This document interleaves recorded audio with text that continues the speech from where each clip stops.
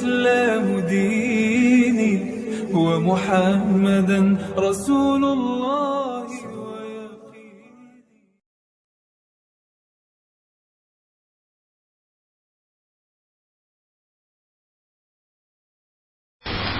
Assalamualaikum warahmatullahi wabarakatuh.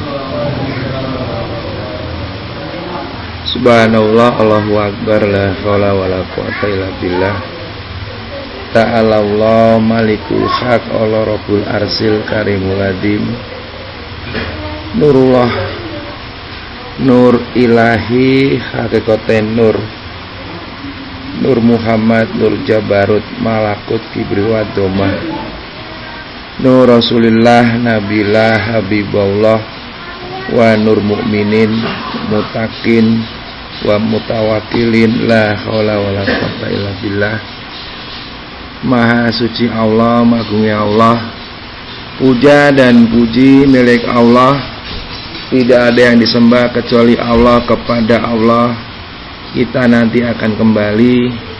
Mari kita sama-sama membenahi diri kita masing-masing, meningkatkan iman, takwa, tawakal kita kepada Allah, berserah diri kepada Allah, yang harapannya Allah mengampuni dosa-dosa kita sekarang, akan datang, dan yang lalu.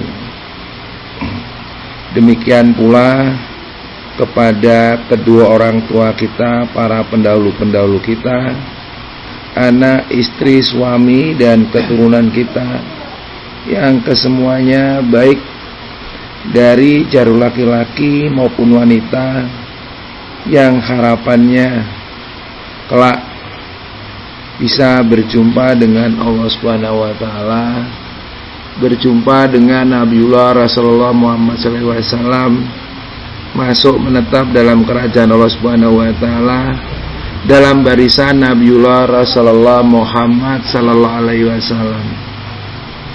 Salam dan sholawat tidak jemu-jemunya kita aturkan kepada junjungan kita Nabiullah Rasulullah Muhammad SAW beserta keluarga, sahabat, para rasul, para nabi, dan insan yang mengajak patuh dan bakti kepada Allah. Al-Fatihah.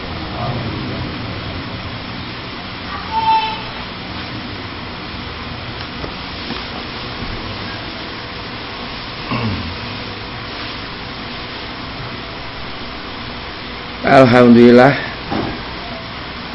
ini kita bahas juga nggak ada yang mungkin bisa jawab, yaitu mengapa kok kita harus ngerti tentang Quran. Karena Quran itu acuan langkah untuk kita menuju iman, takwa, bertawakal kepada Allah.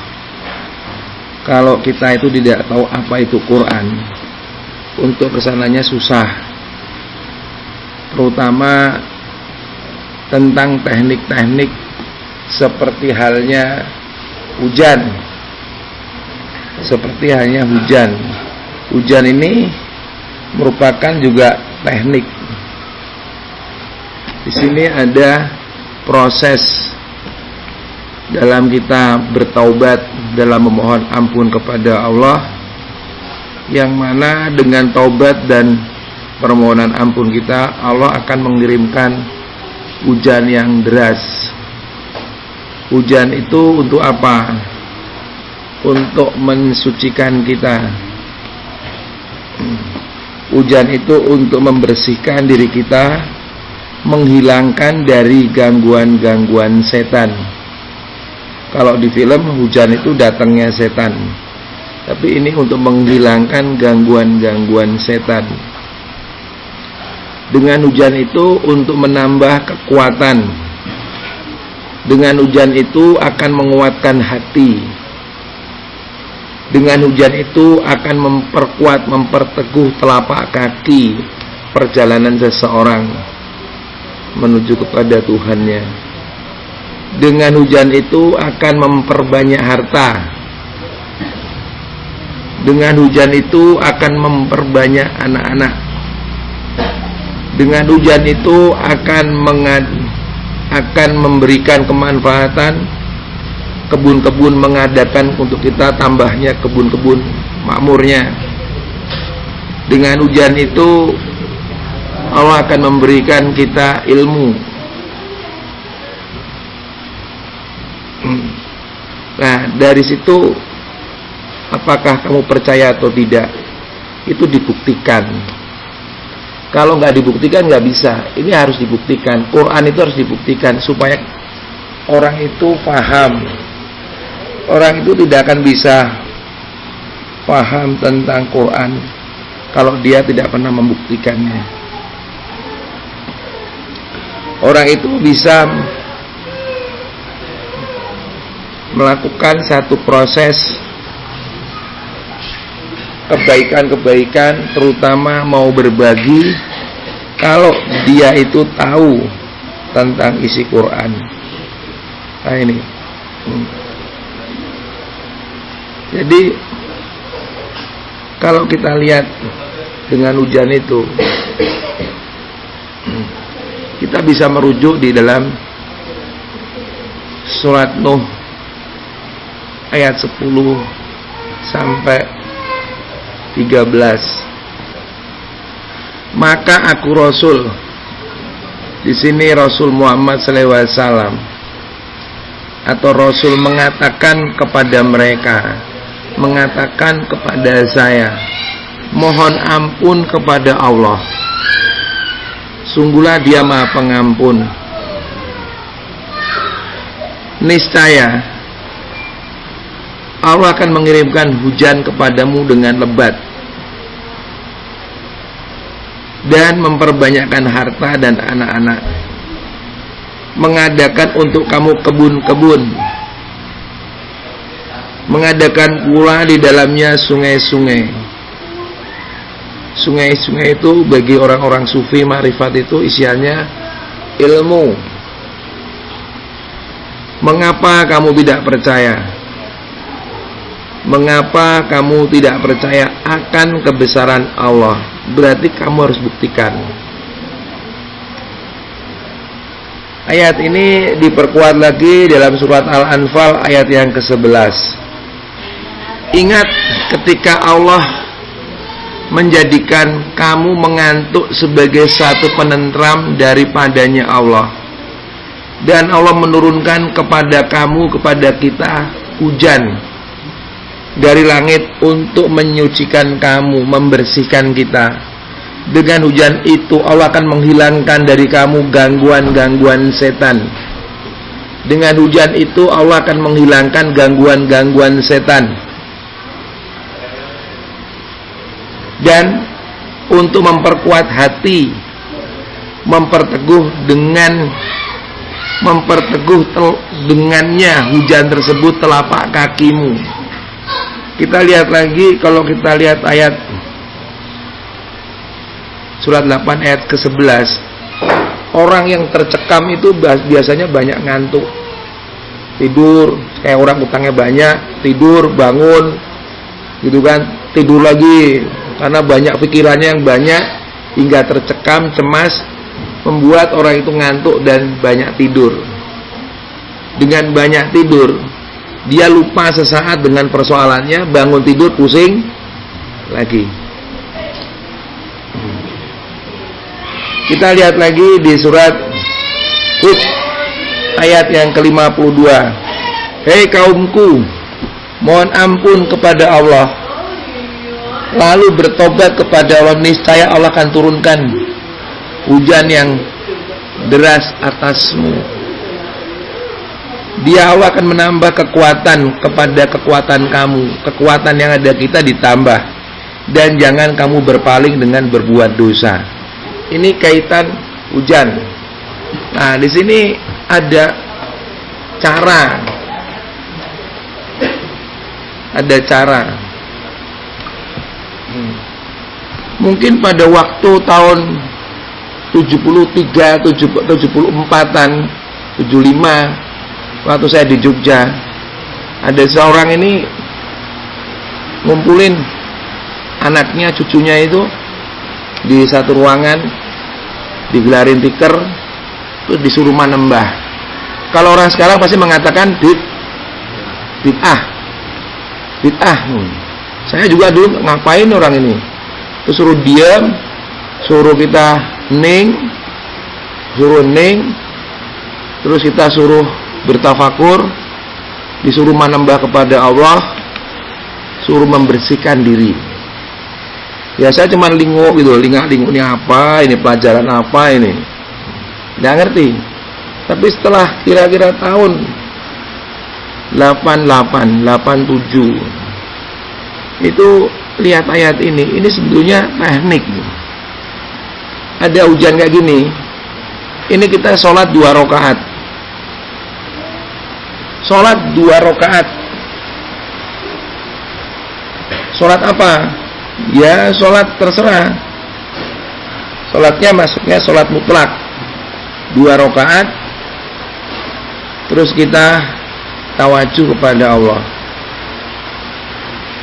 Seperti hanya terserah kamu mau pakai apa, mau pakai zikir Allah atau zikir tasbih, tahmid, tahlil, terserah.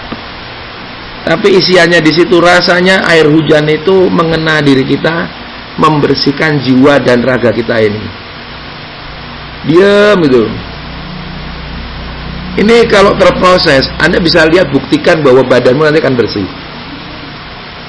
Sebelum hujan dan sesudah melakukan sholat tadi, nanti buktiin. Nah ini yang jarang orang paham. Jadi pada saat hujan kayak gini ini, bagi orang-orang yang ingin berjalan kepada Tuhan, semua Quran itu berusaha dijalankan, karena ini teknik banyak. Karena kita tidak tahu ya tidak ngerti. Coba seperti panjenengan gini, pasti malu toh? Pasti malu jenengan kayak gini mau ngambil caranya teknik. Ya nggak usah apa namanya sholat. Rasanya kamu duduk di Masjidil Haram,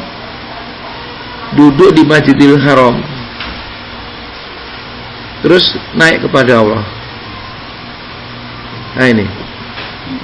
Jadi kalau kita lihat lagi ayat ini, sholat 2 rakaat, zikir, tasbih, takbir, tahlil, ambil nafas, buang nafas, bersihkan, sucikan jiwa dan raga saya ini dengan air hujanmu ya Allah. Dengan air hujanmu ini saya bertaubat kepadamu, mohon ampunanmu dan dimaafkan kesalahan-kesalahan saya. Dan saya mohon hati saya ini, diri saya dihilangkan dari gangguan-gangguan iblis, jin dan setan. Dan saya mengharap sesuai dengan firman-Mu, dengan pemahaman air hujan ini, Engkau menguatkan hati saya, memperteguh telapak kaki saya yang ingin menapak ke jalan-Mu, dan memperbanyak pundi-pundi harta saya, diperbanyak jalan-jalan keluar untuk usaha saya, hingga Engkau akan memberikan rezeki lewat usaha-usaha saya. Dan juga karena saya belum punya anak, saya mohon Engkau berikan saya titipan amanah, yaitu seorang anak laki-laki atau wanita. Yang punya anaknya perempuan atau laki-laki saja, ini bisa mohon seperti ini. Dan saya mengharapkan Engkau mengadakan usaha-usaha. Kalau ini kan kebun-kebun, kalau sekarang Engkau adakan buat saya usaha-usaha yang lain yang sudah ada, diperbanyak, untuk saya juga bisa mengakses amal soleh saya lebih banyak, dan ditambahkan ilmu-ilmu Engkau yang bisa mendekatkan saya kepadamu ya Allah. Dan saya ingin apa yang saya mohonkan ini berhasil. Ini teknik hujan. Udah coba? Sudah coba? Sudah dengar ayat ini? Sudah dengar ayat ini? Sudah coba? Belum. Nah itu. Kenapa kita nggak coba? Karena kita nggak tahu tentang Quran. Nah ini hujan. Jadi jenengan bisa sampai sekarang, ya utang saya ini banyak, saya mau dibersihkan jalan-jalan saya yang kotor, jalan-jalan untuk menempuh kesuksesan saya. Ya kalau ngajinya cuma duduk melongo gitu nggak bisa. Ngaji di sini nggak bisa gitu. Anda harus dari rumah ambil sholat 2 rakaat, minta izin dulu sama Allah. Ya Allah, saya mohon diizinkan nanti saya datang ke majelis pengajian, atau saya nanti ada seminar. Saya mohon dibersihkan, disucikan ruangan seminar itu, dibersihkan hati saya, dibersihkan ruangan pengajian itu, dibersihkan hati saya untuk bisa menerima ilmu-ilmu Engkau yang disampaikan oleh seseorang yang menyampaikan ayat-ayat tadi. Nah ini, jadi sering kita ini ngaji lama kadang-kadang, lah gimana anak saya kok nggak pinter-pinter? Ya mau pinter gimana? Wong bapak ibunya aja ngajinya nggak pinter-pinter kok. Ya, kan gitu ya. Nah, di sini kita harus memulai belajar. Seperti halnya kita bersyukur adanya Quran terjemah, gitu loh. Kita bisa belajar. Kalau kita lihat di dalam surat Ibrahim ayat yang keempat, Allah tidak mengutus seorang rasul pun, mengutus penyampai, melainkan dengan bahasa kaumnya. Karena Rasulullah itu orang Arab, tidak dengan bahasa Arab. Supaya apa? Supaya sang penyampai itu bisa memberi penjelasan dengan terang kepada orang-orang yang mendengarkan ayat tersebut. Allah menyesatkan siapa yang dikehendaki. Semoga saya tidak termasuk disesatkan. Allah menyesatkan siapa yang dikehendaki bagi orang yang tidak mau memahaminya. Dan bahasa ini, ya Allah, saya mengharap Engkau memberikan petunjuk kepada saya lewat rasul-rasul saya, lewat ustadz-ustadz saya, agar saya termasuk orang yang Engkau kehendaki. Siapa yang dia Allah kehendaki, memberi petunjuk kepada siapa yang Allah kehendaki. Jadi kita harus mengharap juga termasuk orang-orang yang dikehendaki Allah. Saya mohon termasuk orang-orang yang Engkau kehendaki untuk bisa memahami tentang ayat-ayat-Mu ini, ya Allah. Dan agar saya pun bisa memberi petunjuk kepada anak-anak cucu saya. Gak usah kepada orang lain, kepada anak cucu saya. Ini, saya dulu juga ngajinya seperti itu. Jadi saya baca ayat ini, saya dengar ayat ini, saya bilang, ya Allah, saya terima kasih Engkau datangkan utusan-utusan-Mu dengan menggunakan bahasa kaumnya yang saya mudah untuk memahaminya. Kalau kita nggak paham, saya mohon, ya Allah, saya mohon besok Pak Kamarudin itu menjelaskannya yang bisa saya ngerti. Yang orang lain nggak ngerti terserah, pokoknya saya ngerti. Egois nggak? Egois. Saya dulu termasuk orang yang egois. Kalau Anda tanya orang-orang yang lama, Bu Kasih, tanya, dia bilang ini, Mas, kamu ini egois. Oh, egois. Ya, karena saya ngaji dulu datangnya cuma jam 10, selesai itu jam 11, setengah 12. Tapi saya datang jam 10.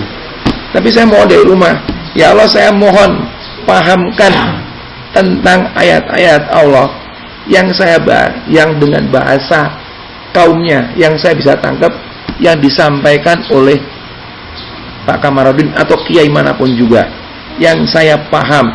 Saya nggak urusan dengan orang yang lain paham atau tidak paham, yang penting saya paham. Jadi itu yang paham tok saya tok. Jadi lainnya bingung itu, lihat ini. Nggak apa-apa, egois. Orang pintar tuh egois kok. Nah ini, yang kunci-kuncinya tidak diberikan kepada orang lain kecuali kepada saya dan anak cucu saya. Jadi nggak pintar cuma aku tok sama anak cucu saya. Loh, ternyata bahasa ini nanti kepake di section yang di atas itu kepake. Contohnya, Dokter itu juga gitu, minta supaya kunci-kunci yang yang Allah berikan kepada saya diberikan kepada anak cucu saya. Jadi langganan saya tidak lari ke mana kepada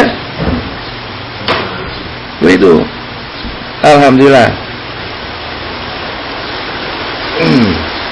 Itu kita bersyukur adanya Quran itu dengan bahasa tarjamah.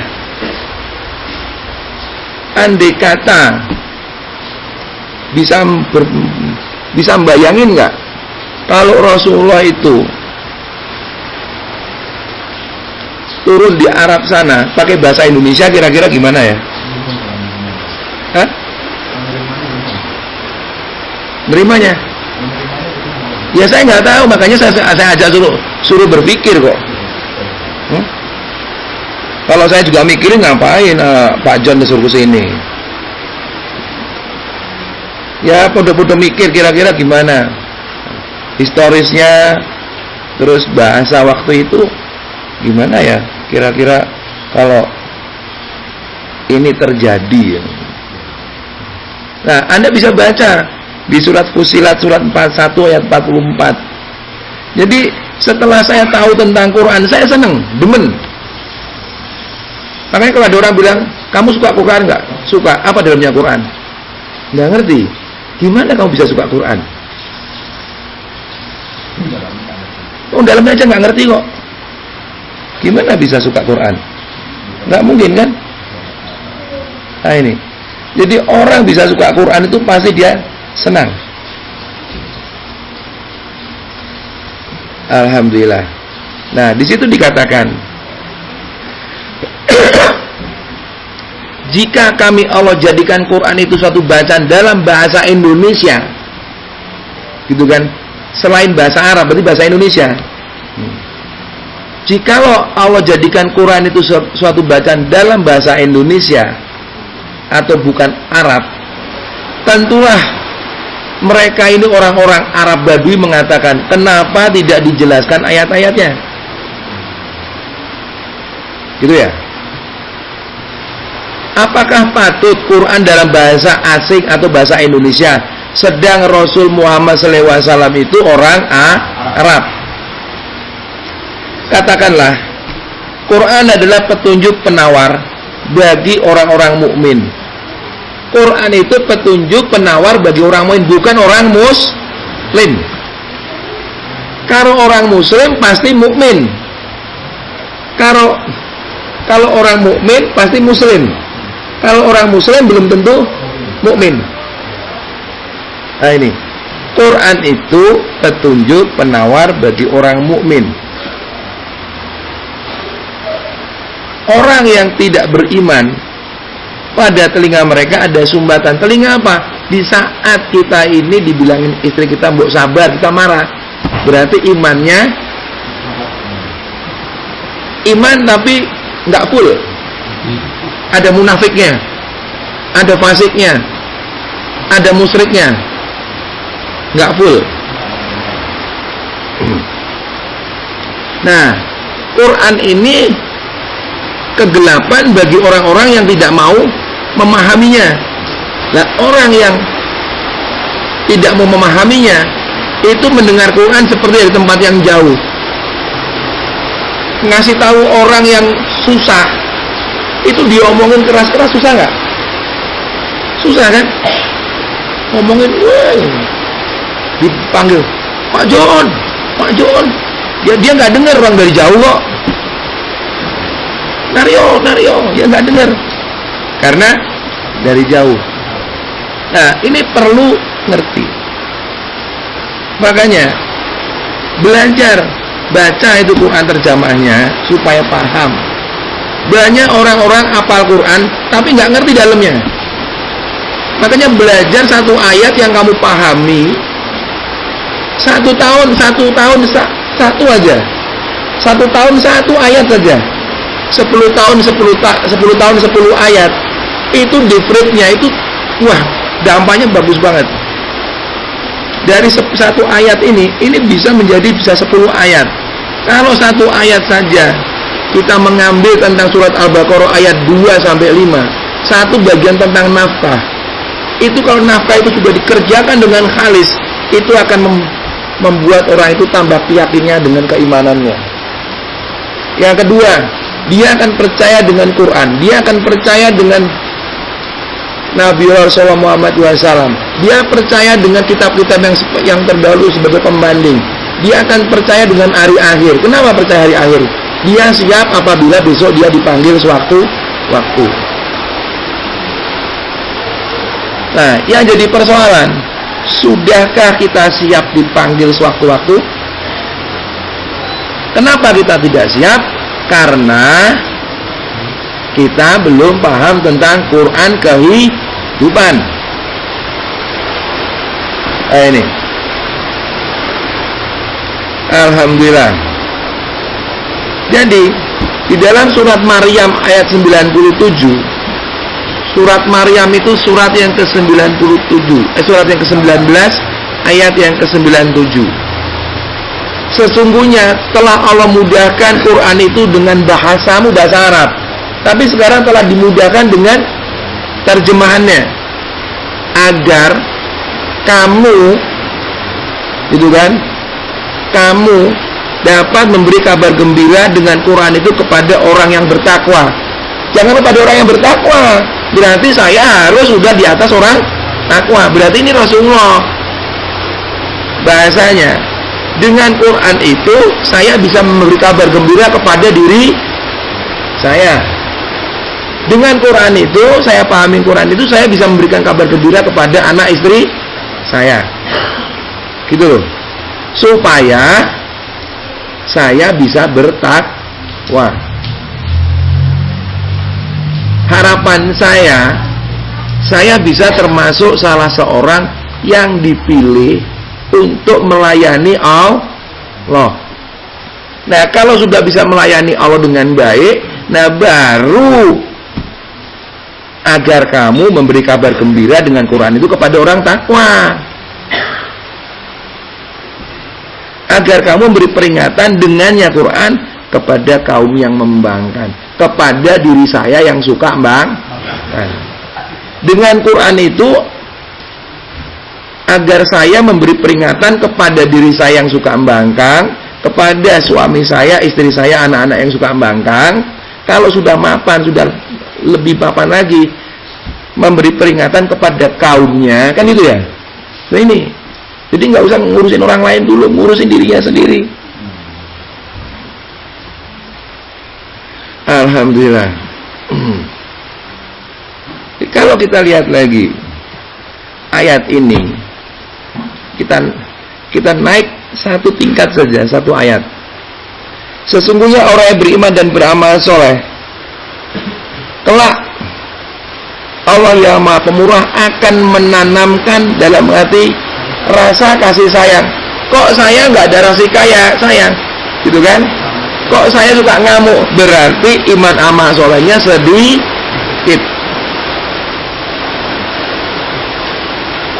Ya. Nah, kita turun satu ayat lagi. Ayat yang 97 tadi sudah kita bahas. Sekarang 98. Berapa banyak Allah binasakan umat-umat sebelum saya. Bahasanya ini sebelum mereka, tapi sebelum saya. Adakah kamu, mereka, dia melihat? Adakah kamu, dia, saya melihat seorang pun dari mereka, atau kamu, saya, dia dengar suara yang samar-samar? Kenapa? Sedang diazab Allah. Nah, nanti bisa lihat doanya itu, ya Allah, tolong ya Allah, di masjid atau di mana. Nah, pernah nggak kita bilang, ya Allah, perdengarkan saya orang yang merintih tentang surat 1998 ini. Nanti dia tidak terasa, dia berbicara, ya Allah, tolong berikan jalan keluar. Saya ini banyak utang, besok rumah saya akan disita. ini orang yang banyak masalah.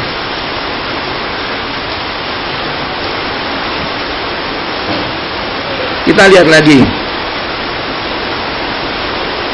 surat Duhan ayat 58, surat 44 ayat 58. Sesungguhnya Allah mudahkan Quran dengan bahasamu supaya mereka mendapat pelajaran.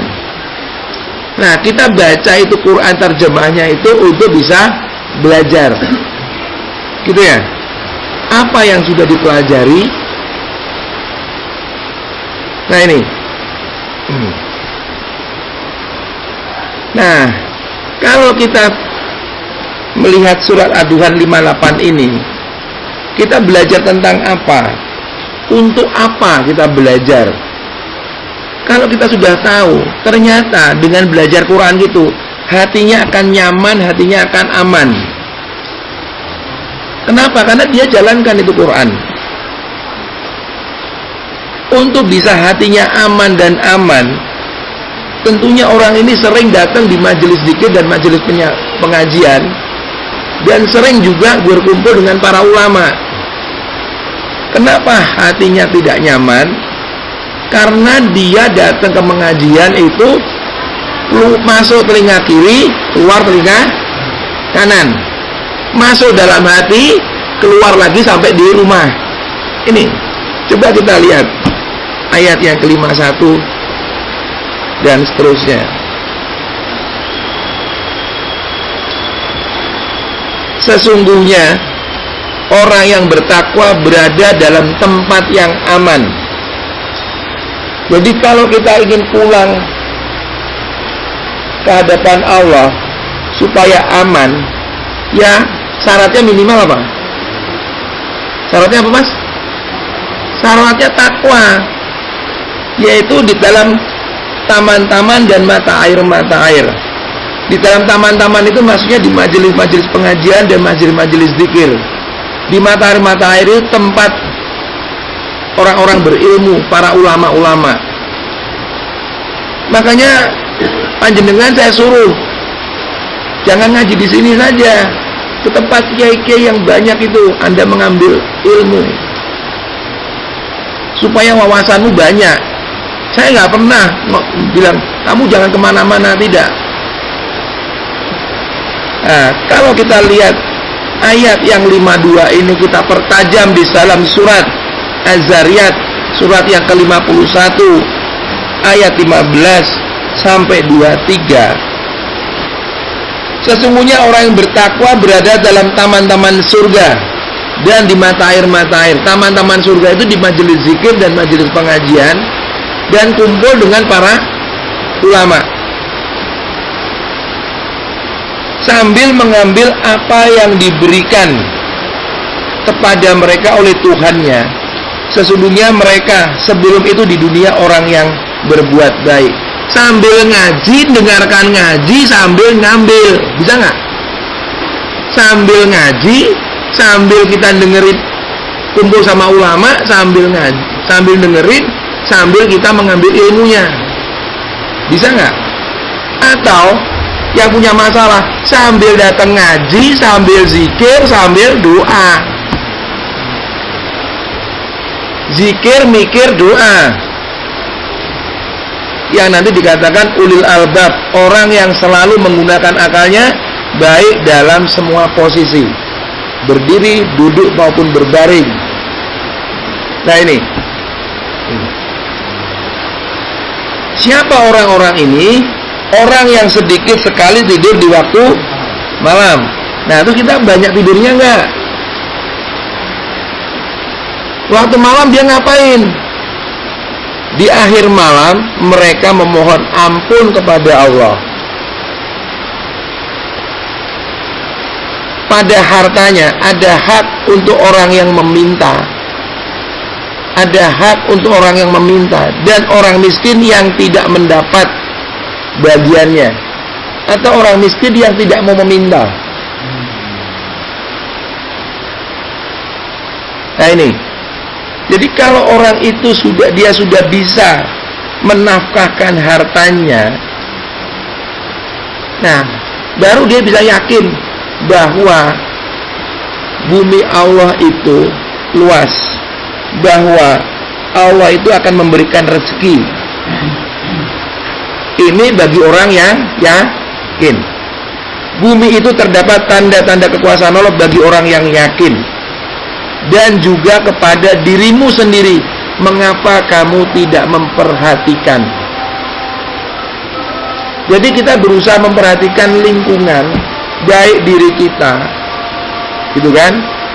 Lingkungan kita, Allah pasti ya memberi jalan-jalan keluar.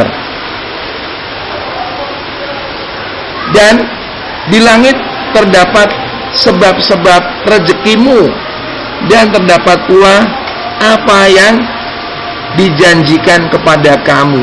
Karena kita tidak tahu, ya kita seenaknya.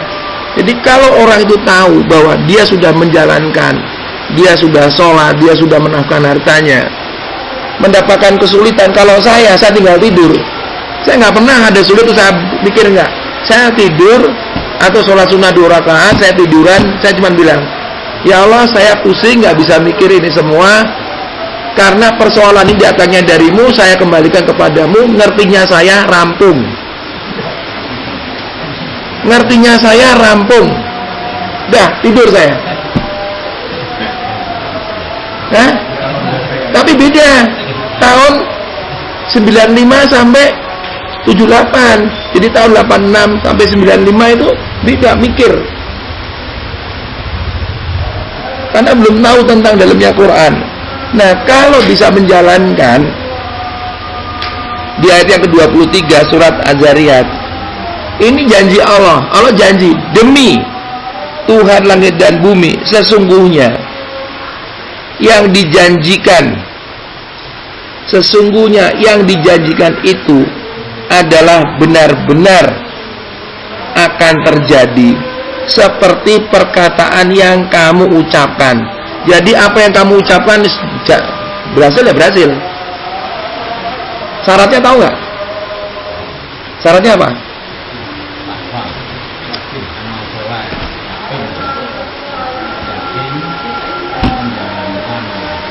Syaratnya cuma 2. Meyakini Allah, mau berbuat baik, menafkahkan hartanya di jalan Allah. Kalau pusing, tinggal tidur, ngomong, saya pusing. Hah? Biar Allah yang nyelesain. Udah gitu aja. Hah? Nah, kalau itu sudah bisa dijalankan dengan baik, baru kita masuk lagi surat Ad-Duhan 53-nya. Kamu, mereka, dia memakai sutra yang halus. Maksudnya apa? Pakaianmu tuh halus, perilakumu halus. Pakaian sutra yang halus, dipakai pakaian sutra yang halus, jadi hatinya bisa lembut. Bagaimana nggak bisa lembut kalau orangnya medit? Dan juga dikasih sutra yang tebal. Maksudnya apa? Keyakinannya itu mapan. Ya. Nah, demikian Allah berikan kepada kamu, kepada mereka bidadari. Nah, istri kita tuh nggak bikin jengkel.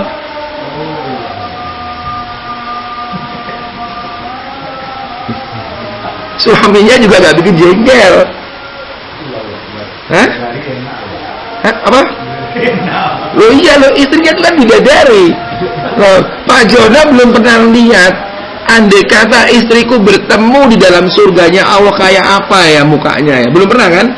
Minta supaya yakin. Nanti saya yakin Pak Jona begini.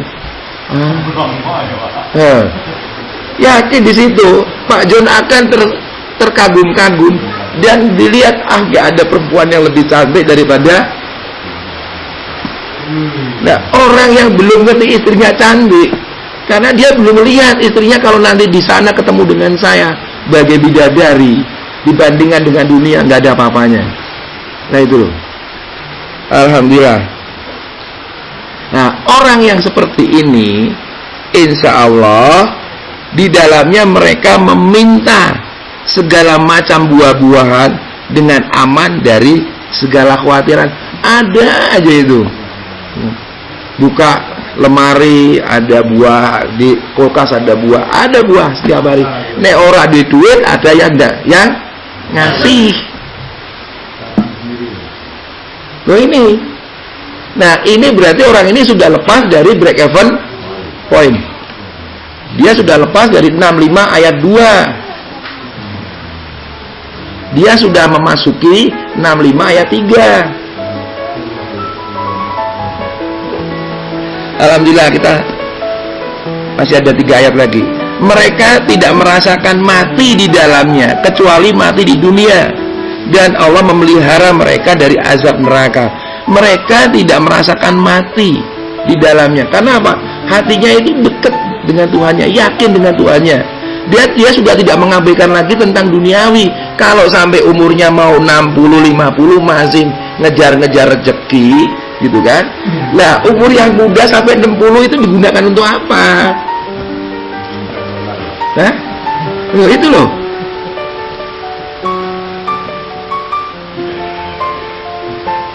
Alhamdulillah. Nah ini, jadi kalau sampai umur di atas 55 kok masih bingung cari rezeki, berarti orang ini masih bahasanya kena azab.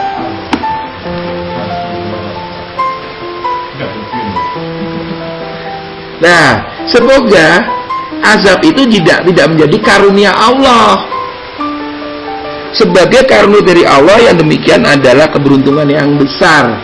Kalau di dalam usia yang senja kita masih susah, berarti itu karunia Allah menjadi kerugian yang besar. Sesungguhnya Allah mudahkan Quran dengan bahasamu supaya saya dapat pelajaran. Gitu ya. Alhamdulillah. Semoga yang singkat sedikit ini mendapatkan kemanfaatan buat kita semua.